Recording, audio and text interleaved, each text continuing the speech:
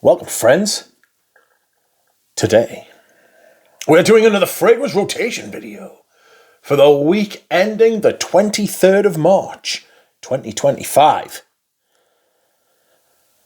Outrageous.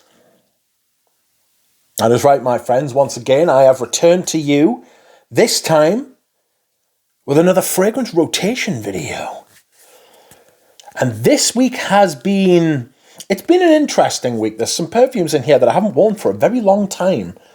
So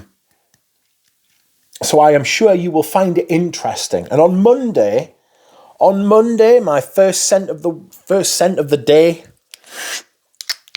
was a happy fragrance. Because I was celebrating. Newcastle won their first trophy for 70 years. 70 years. And so I wore my happy fragrance. And this is Pavarati. I love this stuff so much. I'm glad to have it back available. This is why I buy backups. I've been through a bottle of this already. And by God, I'll go through this bottle as well. I just love everything about it. It's got this... Some people say it smells like Johnson & Johnson... shampoo, but it's not my forte. I get Petitgrain. I get geranium, patchouli, lots of patchouli, honey, lavender. I get tonka, amber. Oh, it's just beautiful. It just smells uplifting, lively, happy. It was made by David Appel, who is, I think he's the head teacher at one of the big schools now.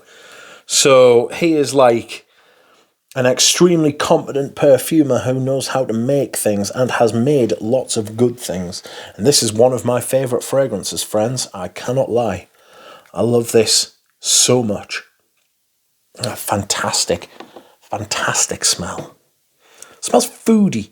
It smells like food, but not like silly gourmand food, like real food. I don't know, it's hard to explain.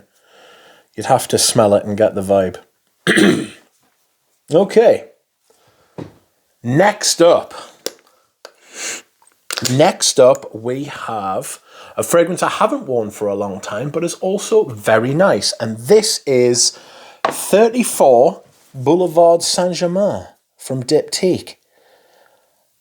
This is a tremendous perfume. This is amber, blackcurrant, cinnamon, vanilla, patchouli. It's a little bit spicy. It was made by Olivier Pechot, who sadly passed away a couple of years ago, very young as well. It was released nearly 15 years ago now, but it stands up as a really good modern perfume, you know. This is the eau de toilette. There is an eau de parfum as well, which comes in a smaller bottle, but I prefer the eau de toilette. I think the eau de toilette structure suits it a lot better than the eau de parfum structure, you know. It is light, a little bit spicy, a little bit fresh. It's got some vanilla, some kind of vanilla creamy sort of thing in the base. Oh, it's very nice. It's really nice. That blackcurrant, almost clove sort of thing. I don't get a lot of clove in it, but there is something a little bit blackcurrant, clove, licorice, almost licorice kind of vibe about it. Lovely. Okay, Wednesday. Wednesday, friends. On Wednesday, I wore this Eau Sauvage Parfum by Dior. This is the 2017 version. I'm not entirely sure which year mine is. Let's have a look.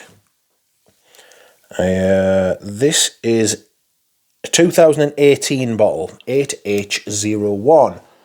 This is a 2018 bottle. It's got the combined CD logo on it, unfortunately.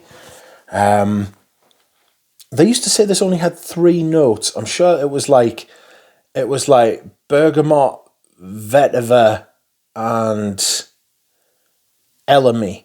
But to me, there's more going on here. I get a little bit of lavender. It smells a little bit like the original, so it's probably got that. What's that chemical that the original one had that was really famous? Hedione.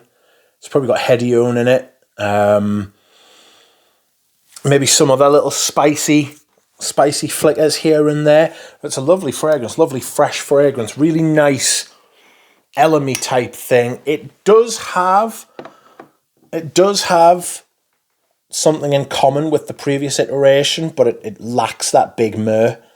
The same myrrh ingredient that was in Prada Ramba Pour Homme Intense.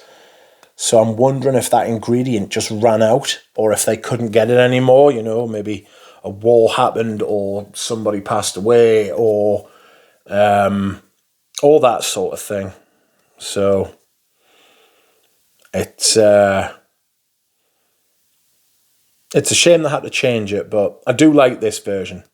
I wear this version in the spring and the summer, and I wear the other version in the autumn and the winter. Subtle differences, but noticeable. Okay.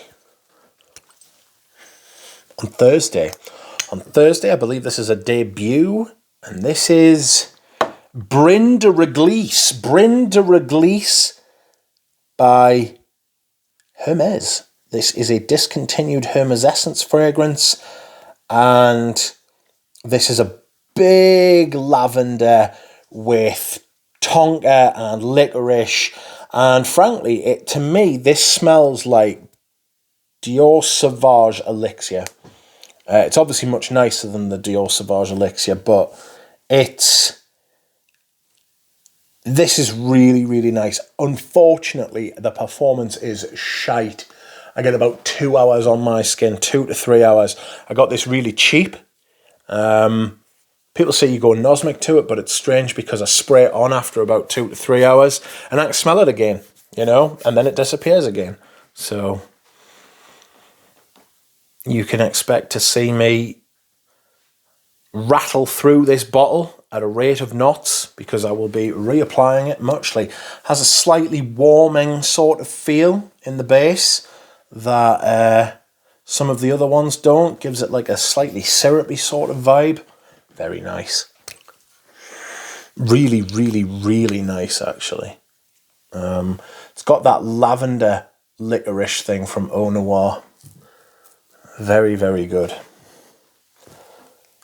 More to come from that perfume, actually. I need to wear it more and discover it more, as I do with the next couple of fragrances, including this one. This is what I wore on Friday.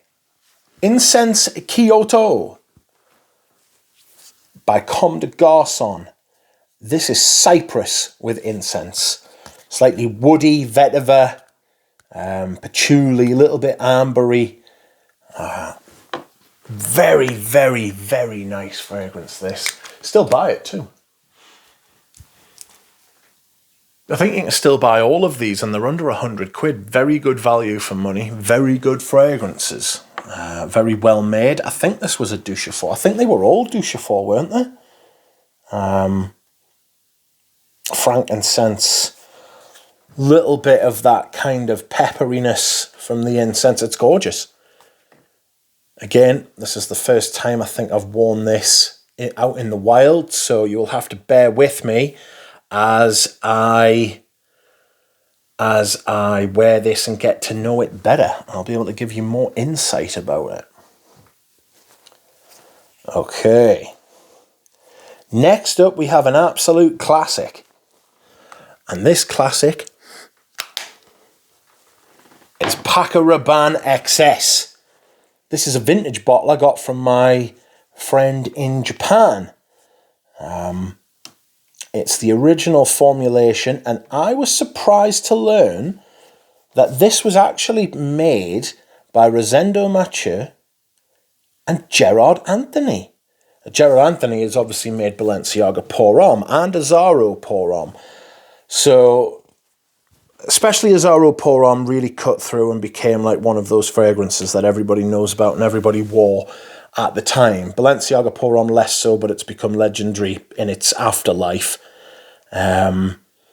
This was the inspiration for Himalaya by Creed. Creed copying all the most famous fragrances of the whichever came before it, you know. Excuse me whilst I hydrate. It's got quite an aromatic top with stuff like mint and rosemary. There's juniper in there as well, sage.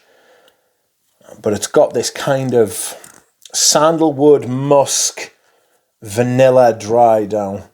A little bit like those Creeds had, you know, that Creed, that really famous Creed base of the sandalwood, musk, ambergris thing. It's got a bit of that about it. It does smell like it's lifted straight from Himalaya is lifted straight from this. It's quite surprising how bold it is that they've done it. You know, not trying to hide it whatsoever. Very nice. I get a lavendery sort of thing in there as well, like a laundry sort of thing. But that could be like the juniper sage. Okay, and last but not least is my scent of the day. And I will apply. Oh, spray is really good. This is Fat Electrician.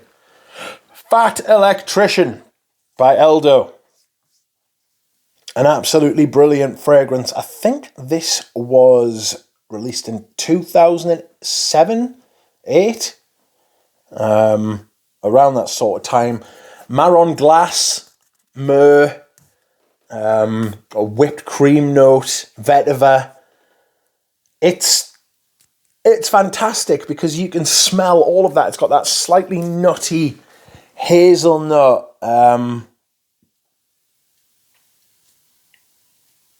It's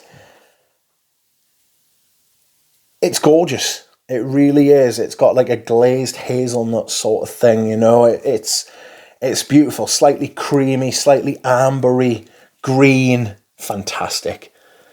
I will get round to doing a review on this at some point, and I have no plans to sell it. I love this stuff, you know. Very, very interesting. And that is it, my friends. Thank you very much for watching. I will see you all again soon. Bye.